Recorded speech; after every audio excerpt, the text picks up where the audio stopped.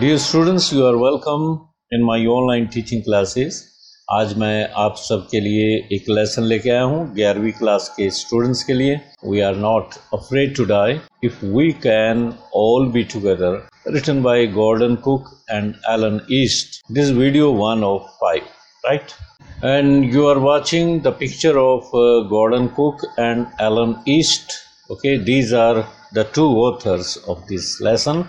Gordon Cook was born on December 3, 1978 in Canada. Alan East born on June 23, 1969 in Amory, Mississippi and died on August 8, 2010.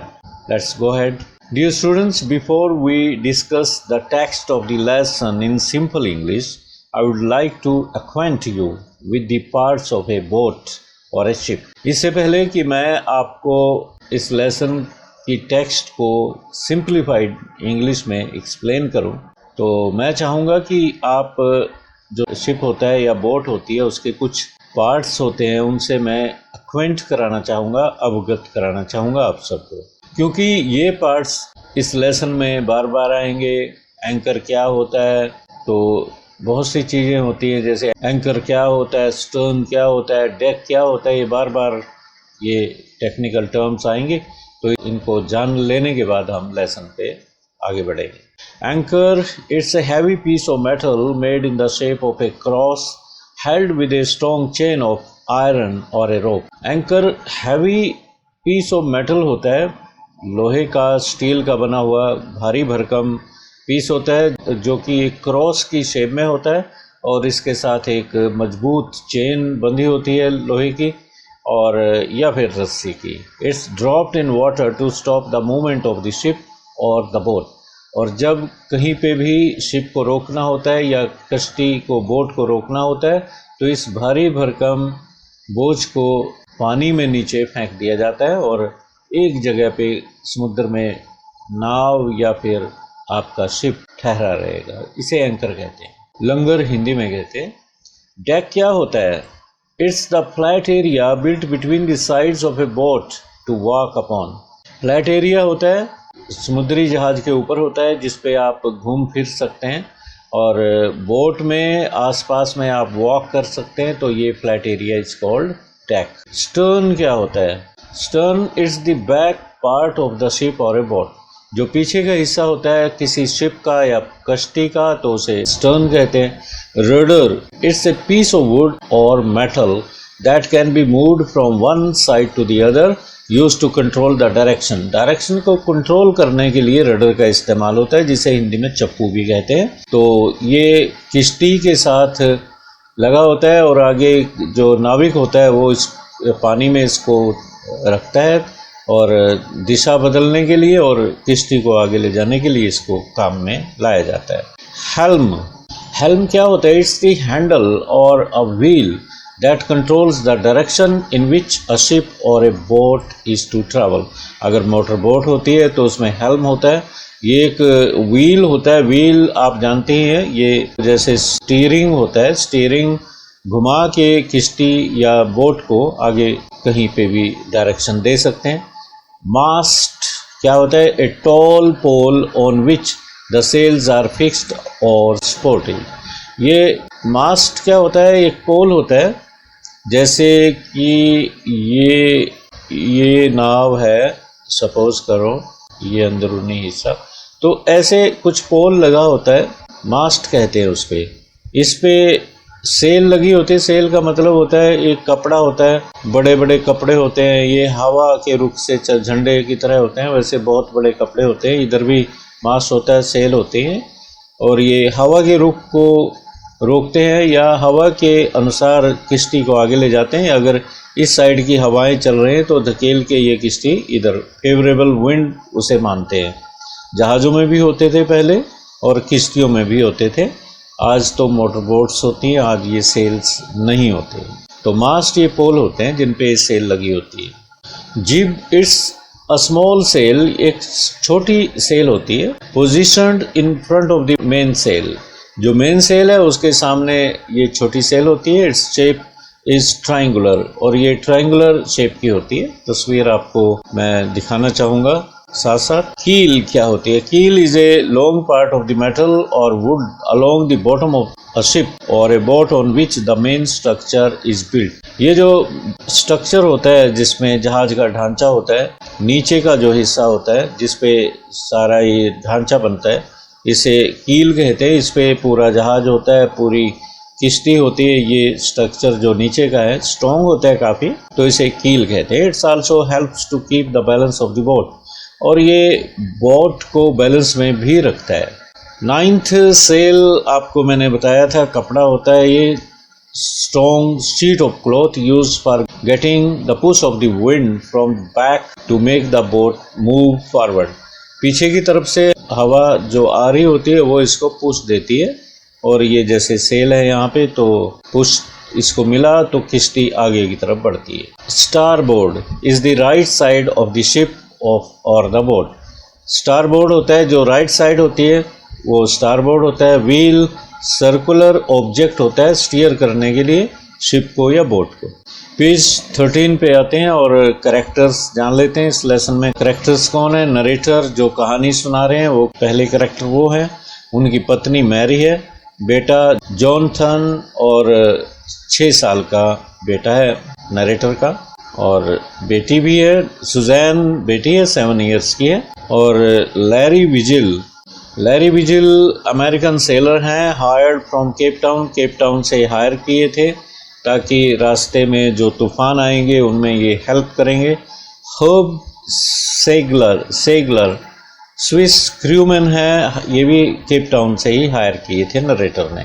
The narrator had a burning desire to repeat the round the world voyage that was made 200 years ago by captain James Cook. ये captain James Cook की तस्वीर है और narrator इनसे ही प्रेरित हुए थे और नरेटर के मन में एक बर्निंग डिज़ायर थी कि वो भी 200 वर्ष पहले जो कैप्टन कुक ने अपनी यात्रा की अराउंड द वर्ल्ड वॉयज की थी तो उसको ये दोहराना चाहते थे नरेटर। और कैप्टन कुक जेम्स कुक के बारे में आप जान रहे।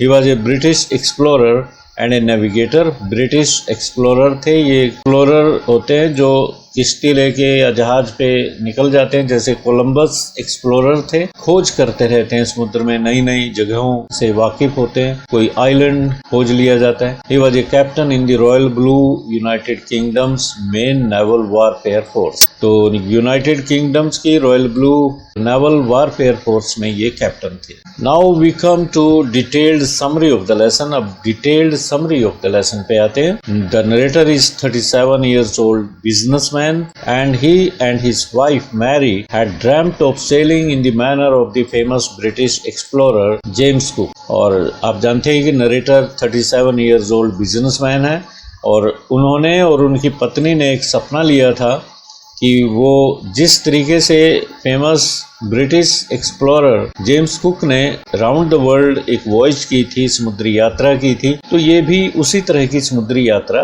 करना चाह रहे थे। For this a lot of practice was done to train seafaring skills and they spent a lot of their leisure time for that। दोनों दंपति ने और नरेटर ने और उनकी पत्नी ने बहुत सारी प्रैक्टिस की, ढेर सारी प्रैक्टिस की इस काम को अंजाम देने के लिए। पहले सी फेयरिंग क्या होता है? Naval nautical skills. जो नेवल स्किल्स होती हैं, किस तरह से कश्ती को चलाया जाता है, जहाज शिप जो होता है किस तरह से खतरों का सामना करना पड़ता है उनको, ये सारी सी फेयरिंग स्किल्स इन्होंने खाली वक्त में की, जो उनको स्पेयर टाइम मिलता था उसमें की।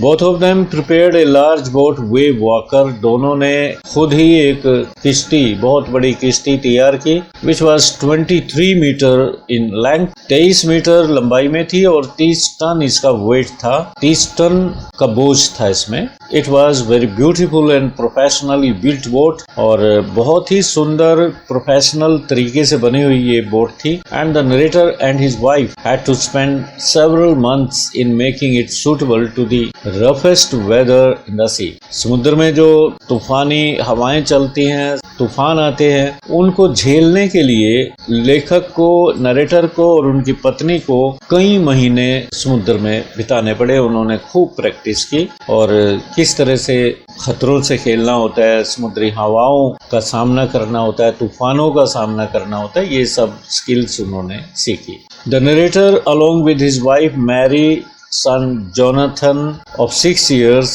and his daughter Suzanne of 7 years set sail from Plymouth in United Kingdom। तो लेखक ने अपनी पत्नी के साथ, अपने बेटे जॉनथन के साथ 6 साल का था और अपनी बेटी सुजैन जो 7 साल की थी, यात्रा कहाँ से शुरू की? यूनाइटेड किंगडम में से, प्लाईमाउथ नामक स्थान से। यूनाइटेड किंगडम्स में प्लाईमाउथ नामक स्थान से उन्होंने अपनी यात्रा शुरू की। तस्वीर मैं प्रयत्न करूंगा आपको साथ साथ तस्वीर भी दिखा दूं। ये प्लाईमाउथ है, ये प्लाईमाउथ यूनाइटेड किंगडम्स में है और ये यहाँ जगह है, ये आती है। यहाँ से उन्होंने अपनी यात्रा शुरू की। The first part of this journey of 1,05,000 kilometers passed pleasantly as they had planned। शुरुआत की यात्रा इनकी 1,05,000 किलोमीटर की बड़ी पीसफुली, बड़ी प्लेजेंटली, बड़े सुखद अनुभव के साथ बीती, जैसा कि इन्होंने प्लान किया था। From Plymouth in United kingdom, United kingdoms में प्लाईमाउथ नामक जगह से इन्होंने शुरू किया था, जैसे कि आप जानते हैं। They sailed down to the west coast of Africa to Cape Town. और प्लाईमाउथ से लेके चलते चलते ये नीचे अफ्रीका में केप टाउन जगह पे पहुंचे थे, जैसा कि आप इस मैप में देख रहे हैं। From there the narrator hired 2 crewman. यहाँ से नरेटर ने 2 क्रूमैन को हायर किया। एक का नाम लैरी विजिल था और लैरी विजिल अमेरिकन थे और दूसरे जो क्रूमैन थे हर्ब सेलर, स्विट्जरलैंड के रहने वाले थे। He hired them to tackle the southern Indian Ocean, the world's roughest seas। जो अरब सागर है भारत के नीचे दक्षिण में, वो दुनिया में सबसे खतरनाक रफेस्ट समुद्र माना जाता है। वहाँ पे बहुत तूफान आते हैं, मानसून के टाइम में बहुत हवाएं चलती हैं, तेज हवाएं चलती हैं। That is considered to be the world roughest seas,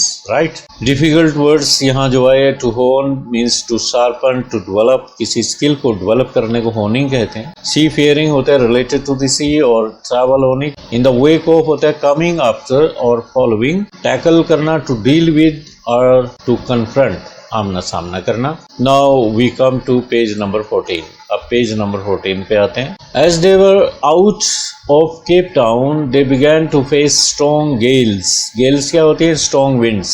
जैसे ही वो केप टाउन से बाहर निकले तो तेज हवाएं चलने लगी, उनको तेज हवाओं का सामना करना पड़ा। They did not bother for the gales for the next few days। अगले कुछ दिनों तक उन्होंने इन गेल्स की, स्ट्रॉन्ग विंड्स की परवाह नहीं की। But they fear to encounter huge waves as high as of 15 metres. परंतु उन्हें डर किस बात का था? जो ऊंची ऊंची लहरें उठती थी, 15 मीटर ऊंची लहरें उठ रही थी। And reaching almost the height of the main mast. जो मेन मास्ट था, जो पोल था, सबसे बड़ा पोल, तो उसकी हाइट तक वो उछलती थी लहरें, फिर गिरती थी। इन लहरों का खतरा था उन्हें। So this is the end of the video lecture 1 of 5। तो पहले वीडियो लेक्चर को हम यहीं विराम देते हैं और सेकंड वीडियो लेक्चर लेके मैं फिर आऊंगा। Till then have a nice day. Thank you.